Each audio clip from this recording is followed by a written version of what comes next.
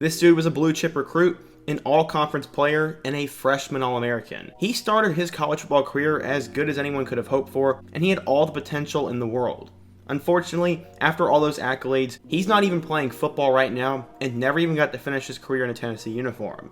In today's video, we're going to spotlight a former big-time recruit who flashed early potential at Tennessee, but ultimately, his story went wrong. So, without further ado, let's just get started.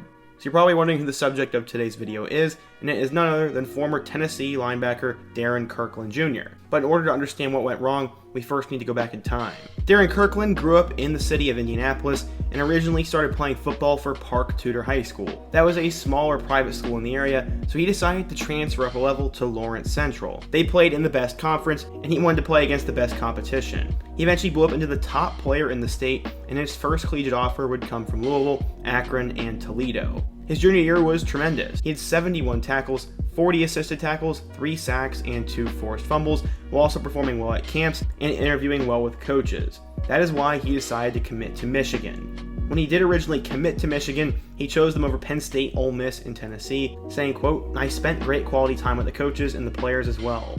Those were the schools I had great relationships with, but I didn't get the same feeling at them as I did at Michigan." This was a huge get for the Wolverines, and he was super excited to be a Wolverine. But like a lot of recruitments, when a coach gets fired, things change. Brady Hoke was let go of, and because of the uncertainty around the new staff, Kirkland ultimately decommitted and decided to reopen his options. And he started to get pursued by both Tennessee and Texas. Both schools relentlessly went after him, and he would visit both campuses, but would decide to commit early instead of waiting for the Army All-American game. He chose Butch Jones and the Volunteers over Texas, giving credit to the Vols coaching staff. As a senior at Lawrence Central, he had 105 tackles, 8 TFLs, 3 interceptions, a fumble, and a sack. He was the future at the linebacker spot for Tennessee, and 24/7 Sports agreed.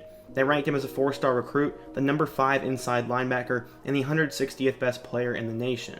So, how would he do at Rocky Top? Kirkland would arrive in 2015 and would be a part of Butch Jones' breakout squad. After performing really well in fall camp, he earned an opportunity to play right away. He finished the 2015 campaign with 63 tackles, 2 sacks, and 1 interception, and he was one of the best players on the team. He also helped them have a 9-win campaign and was a young anchor to a much improved defense. Because of that, he was named an All-SEC freshman selection, a freshman All-American, and was basically pegged as the future at that position for the Volunteers. So, the sky was the limit for him now, and 2016 was going to be his breakout year, right? Well, he got off to a great start. He had 45 tackles and 1 sack, and the Tennessee Volunteers got off to a 5-0 record, which included a Hail Mary victory over Georgia, a huge comeback over Florida, and they played in front of the biggest college football crowd of all time against Virginia Tech in the battle at Bristol. Things were going well for Tennessee, but as they lost to A&M in overtime, Kirkland's season also started to go downhill around that time as well. He suffered a high ankle sprain, which would hold him out for the remainder of the year, and this would become a major problem for him.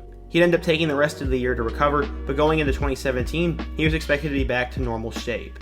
That's when we found out some very bad news. Just a few days before the season started, he ended up tearing his meniscus, which meant he would miss the entire year. This was absolutely terrible, and this would now be his second season in which injuries would play a major role. In year 1 under Jeremy Pruitt, he finished with 51 tackles, with 1 pass deflection, 1 sack, and 1 pick 6. He wasn't the same player, but he at least was solid. So now he'd have 1 more year to try to save his draft stock and go out on top.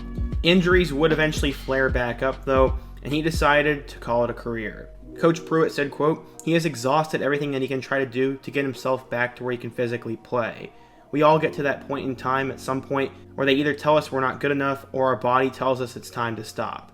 Darrin feels like it's time for him to move on." This guy went from an All-SEC freshman team selection and one of the most productive young linebackers in the SEC to someone who couldn't stay on the field due to injuries.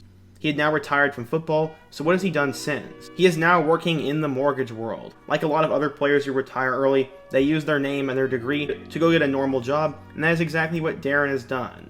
It's unfortunate to see that injuries derailed his career, but he's just another one of those unfortunate cases where someone can only do so much and their body tells them they can't. What do you guys think though? If you're a Tennessee fan, let me know what you think down below. What player should I take a look at in my next video? And who is another player whose career was ruined by injuries? Be sure to let me know, smash that like button if you want to support today's video, subscribe if you're new, and check out all my other videos on the end screen. Hope to see you guys again soon. But until next time, peace.